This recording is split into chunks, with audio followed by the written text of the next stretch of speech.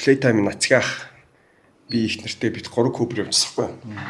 Тэгсэн чинь яг түрүүний ярьсан шиг ингээд нөгөө интернет байхгүй. Тэгээд нөгөө ATM-үүд нь заримд нь мөнгө гарахгүй, заримд тэдээс гарахгүй гэдэг тэдээс дээш гарахгүй айр баг.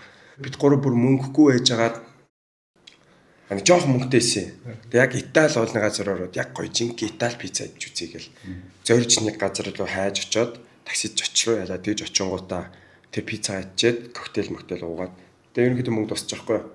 Тэнгуутаа за төв рүү н орж нэг ATM-с мөнгө болох гэж үзье бид нар бүр 4-5 км ингээл алхаад авах хаар болгонд яг нэг гудамжаар явжсэн чинь нэг юм ягаан өнгөтэй юм нэг 2 давхар ч юм уу нэг юм муурын байшин шиг юм яв өнгөтэй маружин зардаг нэг газар байсан байхгүй юу? Хүүхдүүд очролцсон.